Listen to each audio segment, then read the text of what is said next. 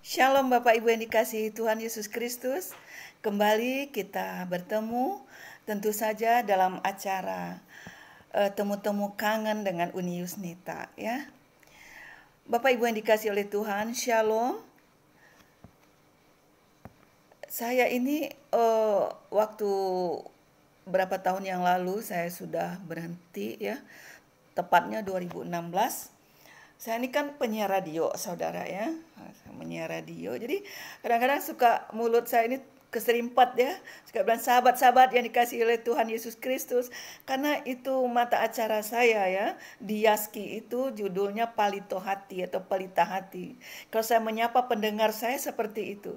Sahabat-sahabat yang dikasihi oleh Tuhan Yesus Kristus. Basuo Balia Jeuni Yusnita Tanjung dalam acara Palito Hati. Nah, jadi kadang-kadang saya kebawa, saudara ya, pendengar. Padahal harusnya ya pemirsa ya. Puji nama Tuhan. Bapak Ibu yang dikasihi oleh Tuhan Yesus Kristus.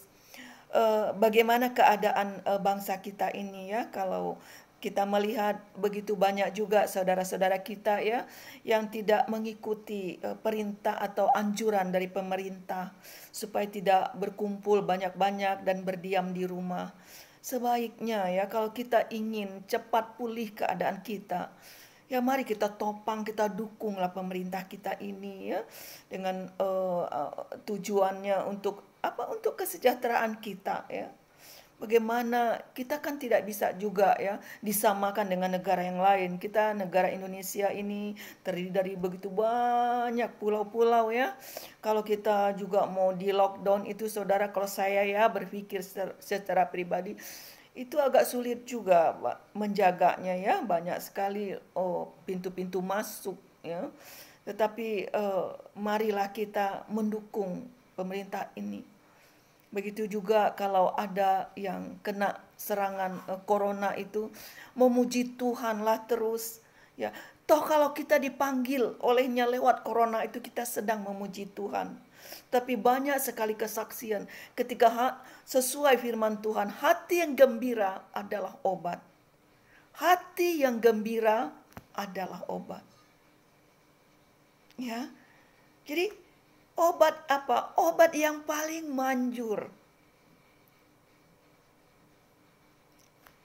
Mari kita membenahi diri kita dengan mengucap syukur kepada Tuhan karena masih diberi kesempatan. Oleh sebab itu, saya menghimbau mari ketika kita ada kesempatan untuk berbuat baik, berbuat benar, taburlah yang benar, tabur yang baik ya, agar hidup kita ini suatu kali ketika kita benar-benar membutuhkannya dan kita akan menuai dari apa yang kita tabur. Karena hukum tabur tuai itu kan belum dicabut ya oleh Tuhan, sampai hari ini tetap berlaku. Bapak Ibu yang dikasihi oleh Tuhan Yesus Kristus, saya merasakan bagaimana pertolongan Tuhan hari lepas hari dalam hidup saya. Dan tidak sedikit juga ya halangan, rintangan yang harus kita hadapi. Tapi akhirnya saya belajar dari penderitaan itu, dari tantangan itu, dari tekanan itu, kita tetap keluar sebagai pemenang. Jangan putus asa. Saya paling sedih ya kalau mendengar ada orang sampai kecewa dengan manusianya, tetapi yang dihukum ibadahnya. Kita boleh saja, namanya kita di dunia ini saudara ya, kita bisa saja kecewa oleh manusia, oleh gembala kita, oleh teman sekerja kita. Tetapi bagian kita ya, jangan rusak gara-gara itu.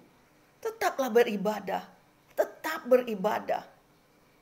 Karena ibadah itu adalah, firman Tuhan mengatakan, keuntungan bagi kita. Jadi jangan kita kecewa dengan orang, lalu kita menghukum, lalu kita memperkosa lagi ayat-ayat yang lain. Kan firman Tuhan ada, jangan jauhkan dirimu dari pertemuan-pertemuan ibadah. Di rumah juga bisa, dengar radio juga bisa, ini juga bisa, habisnya ini dan itu. Itu berarti pikiran kita sudah terintimidasi oleh iblis. Hati kita percaya kepada Yesus. Mantap, sudah. Oke itu. Tapi tahukah Bapak Ibu, di dalam diri kita ada tubuh, jiwa, dan roh. Nah, jiwa ini, kadang-kadang pikiran ini, saudara ya, atau perasaan ini, bisa dimasuki oleh iblis. Contohnya saja, kita disakitin nih. Mungkin itu upah kita menyakiti orang lain juga. Tapi ketika kita menuainya, kita nggak mau, saudara. Kita kecewa, kita sedih, kita merajuk, sampai tidak beribadah. Hati ini memang percaya sama Tuhan, tapi ingatlah pikiran kita ini tempat medan peperangan antara kita dengan iblis itu. Contohnya begini, kita udah mau ke gereja, ya deh, dengar nasihat, iya saya ke gereja. Begitu sampai di gereja, tetap itu mengecewakan lagi. Tuhan hanya ingin menguji kesetiaan kita, ketaatan kita. Karena kemanapun kita akan dikejar oleh roh itu. Karena Tuhan ingin membentuk kita untuk lebih sempurna. Mulailah pikiran kita, di sana sama, di sini juga. Udahlah, kan saya bilang apa, saya nggak mau datang gereja. Udah di rumah saja.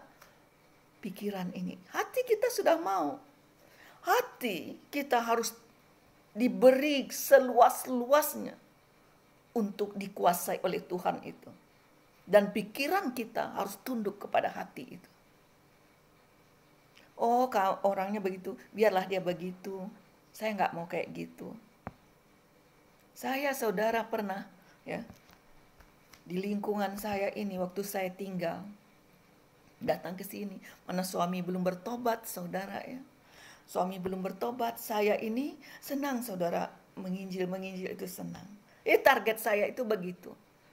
Saya dengar-dengar, di sana itu ada orang bersekutu. Saya pergi cepat. Dekat-dekat saja satu perumahan.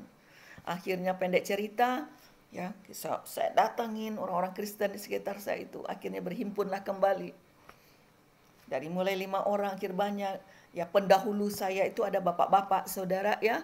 Nah, saya hargai dia bawa firman gini-gini gitu. Tapi mungkin karena berbeda organisasi, saya tadinya berpikir tulus-tulus saja, mulus-mulus saja, saudara ya.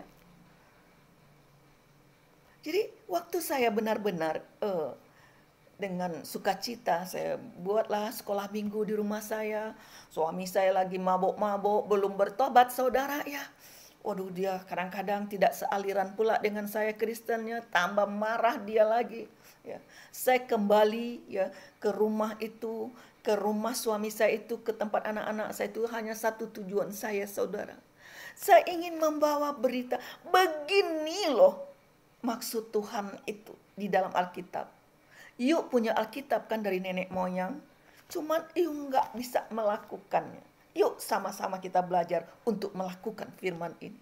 Hanya itu, saudara, supaya anak-anak saya ini tidak menyimpang ke kiri dan ke kanan lagi, mengikut ajaran-ajaran yang sesat itu. Bagaimana tidak sesat, saudara?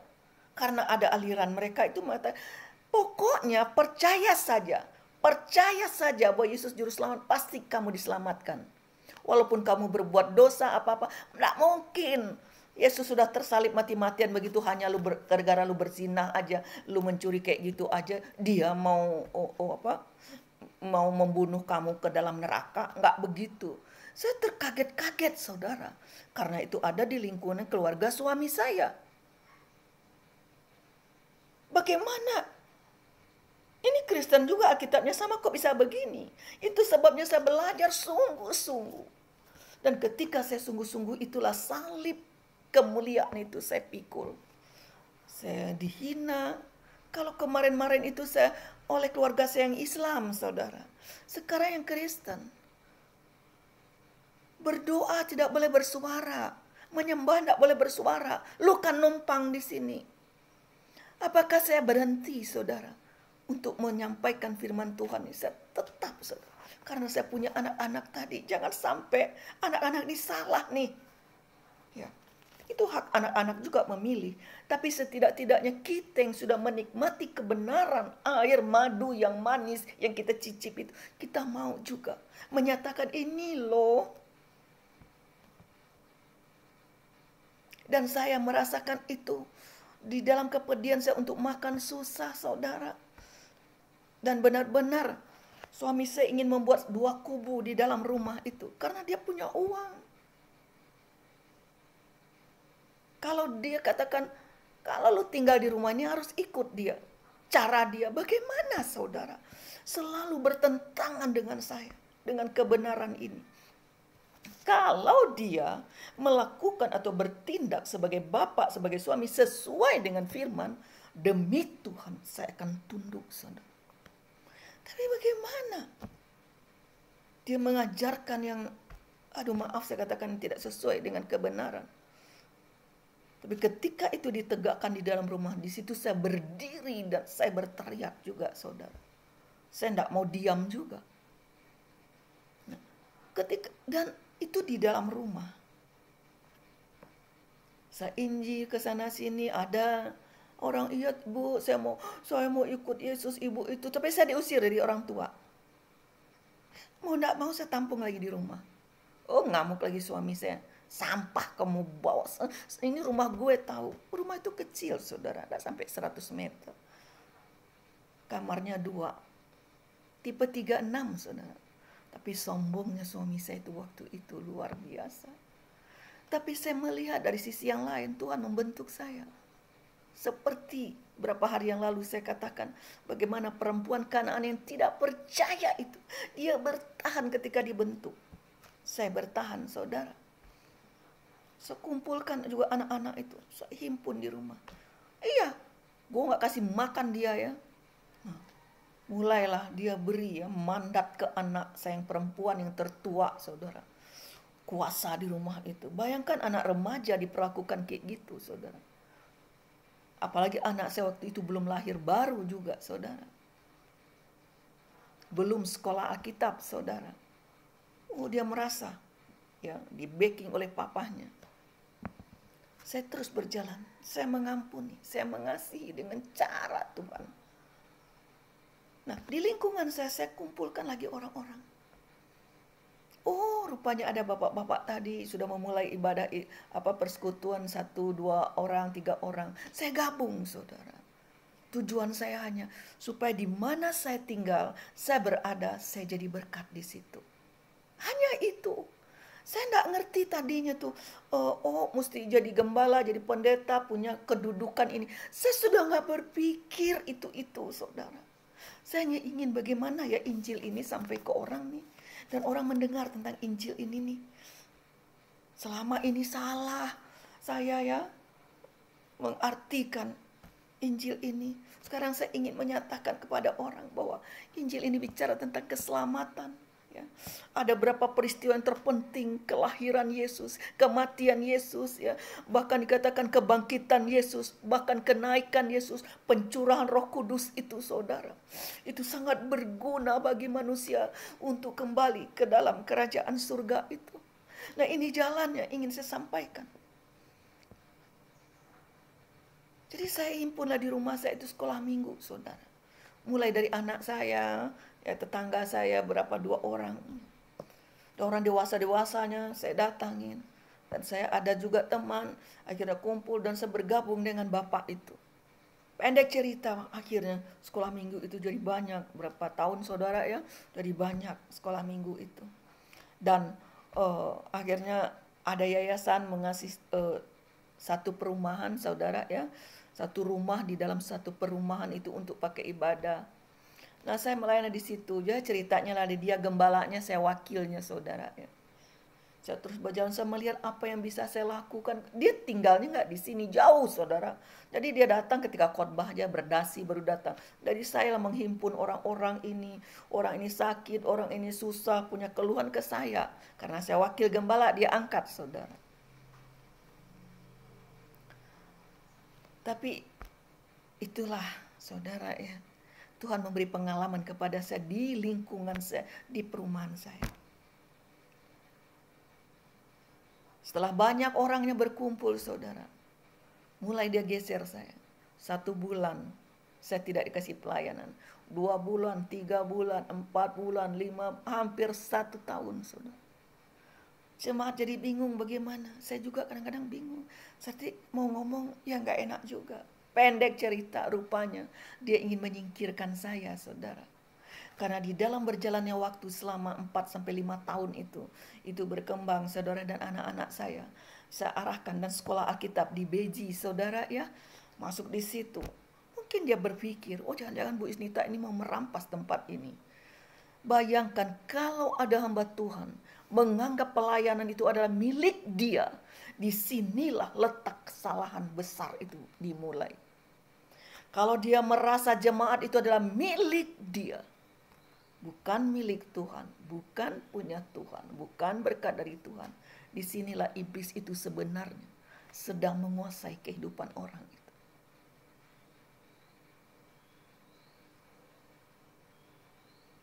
Yesus tidak pernah memerintahkan kita untuk membuat gereja, saudara. Tidak, gereja yang dibangun oleh Yesus adalah pribadi lepas pribadi kita. Supaya Yesus berdiam di situ. Biar lu gerejanya besar, belum tentu ada Tuhan di situ. Tuhan tuh ada di dalam hati manusia. Ngerti nggak sih? Saya juga heran gitu. Bukan besarnya gedung itu. Nah, di situ saya mulai belajar tentang itu. Bayangkan 1 tahun kita nggak dikasih pelayanan, saudara. Kita hanya tinggal gosek kamar mandi, ngerapin tempat, semua. Saya bertahan sampai satu kali Tuhan benar memberi mimpi ke saya, ya. Banyak Tuhan berpesan kepada saya lewat mimpi, dan itu banyak menjadi kenyataan, saudara. Saya harus keluar dari sana, dan saya panggil dia, bapak itu. Sebenarnya kalau kita sudah tidak sejalan, bro, jangan begini caranya. Malu kita sama tetangga, malu kita sama orang-orang muslim. Malu kita sama jemaat-jemaat yang ada. Kalau memang saya tidak kepake lagi di sini, terus terang aja. Karena sekolah minggu saya boyong juga ke sana, saudara. Jadi sudah rame di sana. Tapi satu kali setelah saya dapat mimpi itu, saudara, dan saya berani mengatakan bahwa memang tidak cocok saya dengan dia itu. Karena hati kita tidak sesuai dengan kehendak Tuhan. Bagaimana kita mau bilang kita satu roh, saudara? Kalau tujuanmu sudah menjadi penguasa di situ, ingin menguasai tanpa berjerih lelah, saudara, ya. Saya yang berjerih lelah di lingkungan ini, mau dibakar orang, mau diinin orang, saya menghadapi. Ketika saya katakan ke dia kejadian itu di lingkungan saya ini luar biasa menakutkan. Pak, Bapak dipanggil sama RW. Nanti Pak, katakanlah bahwa Bapak di sini adalah gembala kami. Saya katakan, kita udah berperang nih sama masa. Dia datang. Begitu dia pulang dari RW, kita menunggu dengan ngut-ngutan, saudara. Gimana Pak? Gimana tadi? Apa jawabnya, saudara? Iya, saya ditanya, kenapa Bapak ada di sini? Kan Bapak nggak tinggal di sini. Kenapa Bapak ada di sini? Ya, saya diundang di sini. Ya, saya di sini. Kalau saya nggak diminta ke sini, ya saya nggak di sini. Kaget saya luar biasa, saudara. Berarti gembala, bagi saya itu gembala upahan. Kok diundang? Ini adalah jemaat saya harus bertanggung jawab karena di dalam pemahaman kami orang Kristen, setiap gereja itu harus ada gembala, harus ada pemimpin. Saya ini pemimpin, jadi saya harus menjaga domba-domba ini. Saya rela kehilangan nyawa saya demi domba-domba ini. Harusnya kan begitu, saudara. Itu saya katakan bahwa saya tidak satu visi dan misi dengan dia. Saya panggil dia, saya katakan, sudah, umumkan saja. Mana suami belum bertobat, keadaan saya berharap tadinya dia menolong saya, saudara. Tapi itu kadang-kadang yang kita terima di dalam perjalanan hidup kita. Nah, tentu saja dasar saya bertindak itu, saudara, ya, kembali kepada firman Tuhan ini. Ya. Karena firman Tuhan ini mengatakan, ya, mengajarkan kepada kita semua bahwa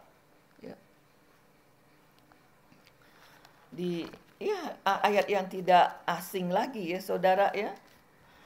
1 Tesalonika ayat pasal yang kelima itu ayat yang ke-16. Bersukacitalah senantiasa, tetaplah berdoa, mengucap syukurlah dalam segala hal, sebab itulah yang dikehendaki Allah di dalam Kristus Yesus bagi kita. Bagaimana kita bisa masuk ke dalam ayat ini? Ayat ini mengatakan bersukacitalah senantiasa. Bisa nggak saudara? Tidak bisa kalau tidak bersama Roh Kudus itu. Dikatakan juga apa? Tetaplah berdoa dan mengucap syukur dalam segala hal. Untuk mempraktekkan firman ini, kita harus melawan diri kita, saudara. Dan apa yang Tuhan lakukan di dalam tekanan yang luar biasa itu, saudara. Anak-anak rohani ini, untuk pelayanan saya juga di pemulung-pemulung itu saya kumpulkan lagi, saudara. Lalu, akhirnya saya dicoret nama saya di situ. Dan saya keluar dari situ. 1 tahun saya berdoa, bertanya sama Tuhan. Dan Tuhan memberi satu pekerjaan baru. Jadi penyiar radio, saudara. Kemudian saya cari, saya dengar orang itu tadinya Kristen, tiba-tiba menikah jadi mualaf. Saya pergi, berapa keluarga, ada 5 keluarga, saudara. Puji nama Tuhan, akhirnya dia menjadi anak Tuhan kembali. Itu saya layani, saudara. Termasuk ya Gea, ya. Masuk Gea, Okta. Ada berapa orang saudara, ya puji nama Tuhan. Saya bersyukur sekali kepada Tuhan. Tuhan tidak pernah kehilangan cara. Sementara saya dari dalam keluarga saya diproses. Dan di luar juga. Rupanya anak Tuhan itu begitu berharga. Maka menjadi inceran iblis, saudara. Ditekan kiri kanan supaya apa? Supaya saya ini murtad. Supaya saya ini meninggalkan Yesus. Pasti itu tujuan iblis itu, saudara. Memakai orang-orang yang sangat saya sedihkan, ya. Kenapa orang-orang Kristen juga mau dipakai oleh iblis untuk menghancurkan pelayanan saya. Saya tidak rasanya, saudara. Tidak pernah saya itu ada niat sedikit pun, saudara, untuk menipu orang kah, atau menyusahkan. Sebisa-bisanya saya ingin jadi berkat, saudara. Tapi kalau saya punya keterbatasan, dan kadang dikasih uang oleh papa anak-anak itu pagi, siang sudah habis dibelanja sayur.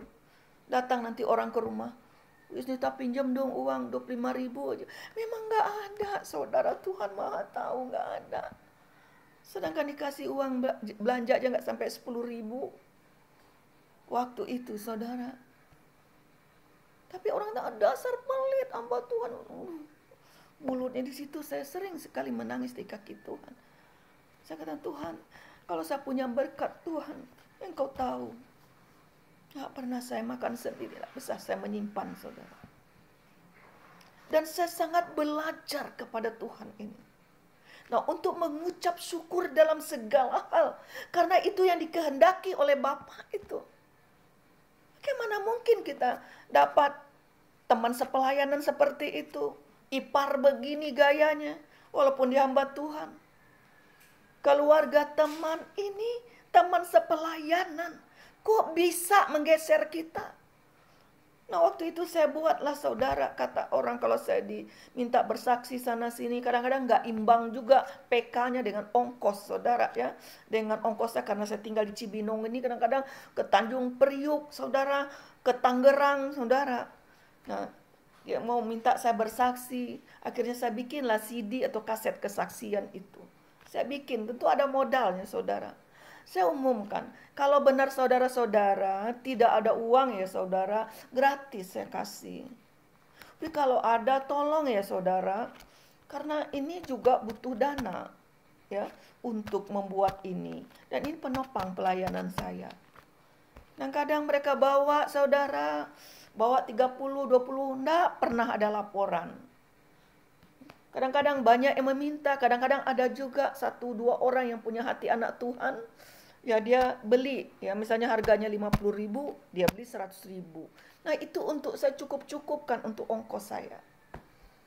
Ada lagi saudara datang dari luar negeri, terbeban dengar kesaksian.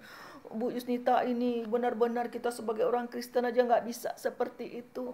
Sini Bu CD-nya, ya akan saya kasih ke gereja saya. Ibu berapa nih, 50.000 ya? Sekarang 100.000 Bu. Ambillah 200 biji saudara yang waktu itu. Sampai hari ini seperak acan saudara tidak ada uang itu kembali. Akhirnya saya malaslah itu meneruskan itu. Saya tanya sama Tuhan, Tuhan, beri saya kekuatan, beri saya kemampuan untuk tidak seperti mereka. Pendeta hamba Tuhan besar loh saudara. Sering keluar di live TV. Bawa itu CD saya. Seperak. Dia enggak. Padahal waktu ketemu nangis-nangis, peluk-pelukan istrinya sama saya juga. Aduh Bu Isnita, dengar kesaksian kamu. Banyak orang seperti itu. Tapi tidak punya hati, tidak punya empati saudara.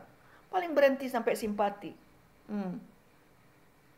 Tapi ada juga anak-anak Tuhan, boleh dihitung dengan jari saudara, yang benar-benar mengasihi saya itu, terasa kasihnya itu. Nah, setelah saya keluar dari gereja itu, di situ saya mengembangkan pelayanan saya. Rupanya Bapak Ibu yang dikasihi Tuhan, jika kita ditekan oleh orang, Tuhan itu siap membela kita. Nggak usah kita berputus asa lah. Ya. Begitu juga waktu di forum fokus, saudara juga begitu. Saya mengadakan di situ mantan-mantan kedar ini bergabung jadi satu. Target kami adalah turun ke bawah-bawah itu. Untuk membawa kabar ini dengan syarat, ya, motivasi kita semua harus sehati sepikir lurus ini. Bukan mencari dana, tapi tetap aja hamba Tuhan, hamba uang masuk saudara. Memporak-porandakan semuanya. Kita jauh-jauh datang, ya, saya dan teman saya, kita mengabdi di dalam kekurangan itu saudara. Asal ada ongkos, ada pas-pasan. Padahal mereka cari dana sampai ke luar negeri saudara. Nggak transparan, nggak pernah terbuka itu, ya, laporan keuangan. Dan mereka harus bayar harga semuanya saudara. Bayar harga, dirampok lah, ada yang ada daging keluar dari kepala semuanya. Saya saksi hidup saudara. Dan ada orang yang sangat saya hormati tadi, menggeser saya dari forum fokus itu. Dan dia mengklaim bahwa sekarang itu adalah atas perjuangan dia. Ini terjadi saudara, saya alami. Tetapi di balik itu saya bilang, apakah karena kelicikan orang itu, karena kepicikan hati orang itu yang dipakai oleh iblis, saya harus mundur di dalam pelayanan saya. Saya harus mundur dari Tuhan Yesus. Oh no saudara. Biarlah Tuhan ganti berperang. Dan tidak sedikit juga sebenarnya orang yang minta doa ke saya doakan benar-benar sungguh. Orang kalau benar menangis ke saya minta saya doakan, bahkan saya puasakan. Dan mereka berhasil saudara. Sedikit saja yang berhasil itu cuma ingat kita. Tapi bagi saya, pekerjaan saya lakukan. Biarlah semuanya, kalau ada yang merampas hak saya, ia akan berurusan dengan Tuhan saya. Karena siapa yang memberkati kata Tuhan, dia akan diberkati. Bapak Ibu yang dikasih oleh Tuhan Yesus, jadi perjalanan hidup ini, ketika saya menggambarkan Injil ini di sekitar saya sampai hari ini, mungkin sudah yang ke-20 kali saudara, tetap saya mengadakan Natal di tempat saya. Karena anak saya yang buka perintisan di dekat saya sekarang ini saudara, baru 3-4 orang, 4 jiwa dewasa. Tapi anak sekolah minggunya sudah 35 orang, kalau kumpul mungkin 40 lebih saudara ya. Itu dia merintis hampir mau 6 tahun. Tetapi waktu saya megang persekutuan itu, setiap tahun saya berusaha mengadakan Natal. Mengapa saudara? Karena di sini dulu tertutup sekali. Lewat berjuang bersama Tuhan, buka terobosan baru di sini. Orang nggak berani ibadah dulu di perumahan saya ini saudara. Ya. Orang-orang Katolik, orang Kristen berani saudara. Tapi saya katakan kita anak Tuhan. Ya, Tuhan memakai kami, memakai saya Tuhan. Akhirnya mereka sekarang bisa beribadah. Dan saya mengadakan Natal itu tutup gang. Itu biayanya biasanya kami satu keluarga saja saudara. Dengan berapa orang persekutuan itu. Tujuan saya bukan untuk supaya mewah-mewah didengar di gedung-gedung, enggak, di gang saudara, pakai tenda. Supaya semua orang bisa mendengar Injil ini. Kalau ada orang membantu saya, enggak usahlah saudara merasa rugi. Ya, Itu ya, kalau dulu suami saya masih bekerja agak enak ya, bisa ya bantu-bantu begitu. Tapi ke depan saya tidak tahu apakah itu bisa dilanjutkan atau tidak, hanya Tuhan yang tahu. Harus menjadi terang di tempat yang gelap. Saudara pesta bikin Natal, bikin Paskah, itu di dalam gereja saudara sendiri, di gedung-gedung gereja juga. Lalu dampaknya apa saudara bagi lingkungan saudara? Ayo kita berubah cara berpikir kita, ya. Dan jangan saudara ya, saya melihat juga orang.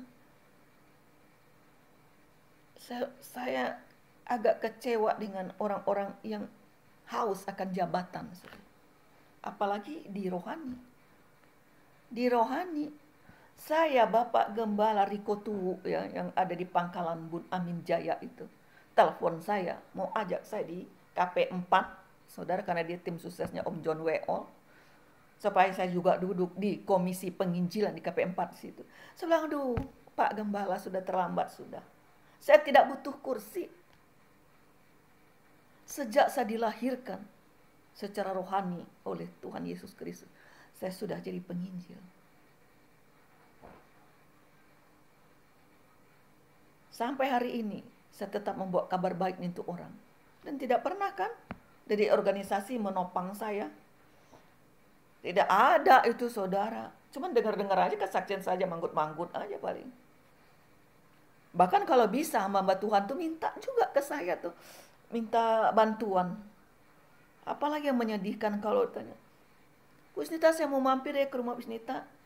Gerejanya di mana? Jiwanya ada berapa? Ya Tuhan, saya katakan. Kalau saudara mencari mimbar, berhenti saudara jadi gembala. Bikinnya mimbar sendiri, saudara. Gotong-gotong aja kian kemari. Berpikirlah seperti Kristus berpikir. Berpikirlah seperti Yesus berpikir. Bertindaklah seperti Alkitab ajarkan. Kalau jadi gembala, jadilah gembala yang benar. Jangan gembala upahan. Kau jadi penginjil, sampaikan saja kabar baik itu. Ya, kalau jadi guru, ya coba belajarlah mengajarkan murid itu dengan benar. Lakukan dulu, baru ajarkan. Karena kita sudah tahu di akhir zaman, di ujung, kita nggak tahu corona ini mau jemput kita. Mana tahu pakai itu. Bertobatlah Bapak Ibu. Bertobat. Pengusaha-pengusaha yang berhasil itu, kalau memberi itu, cobalah dengan hati yang tulus. Di tanah yang tepat. Jangan karena dipuji-puji oleh gembala ini, udah kaya raya tuh gembala, dia hadiahkan juga mobil. Tak lihat itu gembala-gembala yang datang dari desa. Atau turunlah ke desa. Kalau sudah jadi pengusaha, jangan rakus juga ya. Melayani, kan sudah jadi pengusaha, jangan juga ambil PK dari pelayanan itu.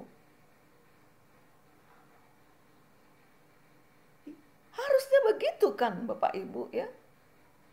Dan juga belajar untuk menjadi pelaku, karena itu yang dikehendaki oleh Bapa. Kalau ingin jadi saudaranya Yesus. Kan? Matius 12 ayat 50. Siapa saudaraku, kata Yesus. Mau gak jadi saudara Yesus? Jadi saudara Yesus, bapaknya sama tuh. Bapaknya Yesus juga bapaknya kita. Ya. Matius pasal 12 ayat 50 itu dikatakan. Lalu katanya sambil menunjuk ke arah murid-muridnya. Begini ceritanya. Ketika Yesus masih berbicara dengan orang banyak itu, ibunya dan saudara-saudaranya berdiri di luar dan berusaha menemui dia. Maka seorang berkata kepadanya, lihatlah ibumu dan saudara-saudaramu ada di luar dan berusaha menemui engkau. Tetapi jawab Yesus kepada orang yang menyampaikan berita itu kepadanya, siapa ibuku dan siapa saudara-saudaraku? Di sini Yesus meluruskan kehidupan rohani orang yang sesungguhnya, bahwa ikatan biologis itu tidaklah begitu penting, tapi ikatan roh itu yang terpenting. bukan ikatan biologis itu nggak penting. Yang terpenting dulu nih disampaikan Yesus. Supaya engkau menjadi keluarga kerajaan Allah. Di mana aku ada, engkau pun ada, kata Yesus nanti. Nah ini dia sampaikan. Ya. Siapa ibuku? Lalu katanya sambil menunjuk ke arah murid-muridnya. Ya. Jadi ini murid-muridnya ini bukan siapa-siapa dia nih. Bukan adiknya, bukan kakak, bukan siapa-siapa orang lain nih. Tapi itu dijadikan contoh, dijadikan teladan. Ya, karena murid ini meninggalkan segalanya. Pekerjaannya, keluarganya waktu itu karena ingin belajar kepada Yesus. Yesus adalah guru besar itu, ya. Itu dijadikan contoh oleh Yesus, meninggalkan segala sesuatunya, tidak ada ikatan apa-apa. Dan menunjuk, nih contohnya nih, muridnya ini. Ini ibuku dan saudara-saudaraku. Sebab siapapun yang melakukan kehendak Bapakku di surga, dialah saudaraku laki-laki dan dialah saudaraku perempuan, dialah ibuku. Betapa mulianya cita-cita Yesus ini. Karena nanti akan ada satu Bapa bagi kita semua. Karena begitu besar kasih Bapa akan dunia ini. Dia mengaruniakan anak yang tunggal supaya setiap orang yang percaya tidak binasa, melainkan memperoleh hidup yang kekal. Hidup yang kekal di surga mulia itu bersama-sama dengan Bapa itu. Bapa itu menjadi Bapa kita juga. Supaya itu menjadi Bapa kita, kita diakui oleh Bapa. Lakukan semua perintahnya dengan benar. Amin. Nah, puji nama Tuhan ya, Bapak Ibu yang dikasih oleh Tuhan Yesus Kristus. Saya juga sedang belajar ya, dan saya merasakan lewat perjalanan hidup saya, ya, di dalam saya belajar, saya terus mempraktekkan apa yang saya dapat. Itu sebabnya kemana-mana saya bukan siapa-siapa, tetapi saya mau menjadi saksinya Tuhan itu. Orang yang menzolimi orang lain itu, saya bisa menyaksikan dengan benar bagaimana akhir hidup orang itu. Orang yang melakukan dengan benar bagaimana akhir hidup orang. Saya masih diberi kesempatan oleh Tuhan menjadi saksinya Tuhan itu. Benar saudara, ikutlah Tuhan itu dengan sungguh-sungguh. Karena tidak ada lagi yang lebih sempurna selain Tuhan Yesus Kristus itu dengan segala pengajaran. Maha benar Engkau ya Allah dengan segala firman. Sebab itu saudara-saudaraku dimanapun berada ya. Untuk Yarni juga yang ada di Mentawai ya. Untuk juga yang ada di Padang, yang ada di Muko-Muko, David ya. Yang ada Depi, nih Oma nih ya, kangen nggak sama Oma Depi? Nah, aturannya kita mau ketemu jadi nggak ketemu ya, tapi suatu kali pasti kita ketemu ya sayang ya. Nah, puji nama Tuhan juga untuk Bapak Heri yang ada di Weda ya, yang di Maluku Utara, dan juga untuk Pak Martin Ketua MD Maluku Utara. Saya percaya suatu kali kita akan bertemu lagi ya. Puji nama Tuhan. Nah, Ibu Reni yang ada di Tagulandang ya, bagaimana sudah tinggal sekarang di gereja? Ya, apa yang Tuhan izinkan terjadi dalam hidup kita, Ibu Reni ya, Ibu Reni Bidule, seorang janda yang berjuang bersama dengan Tuhan. Ya, setelah saya kasih sedikit banyak masukan, dia katakan barulah dia mengerti sebenarnya hidup ini bagaimana. Mungkin saya banyak kekurangan selama ini dan dia minta ampun sama Tuhan. Dan sekarang saya katakan sudah apapun yang terjadi dalam hidup kita, itu di bawah pengawasan Tuhan. Kalau kebenaran kita lakukan, kita menderita, kita akan menerima upah kemuliaan. Tapi kalau menderita kita karena kesalahan kita, yuk kita bertobat saja. Ya. Puji nama Tuhan, Bapak Ibu yang dikasih oleh Tuhan. Nah, berjuang terus bersama dengan Tuhan. Insya Allah ada kemenangan di pihak orang benar. Amin. Shalom, Tuhan Yesus memberkati.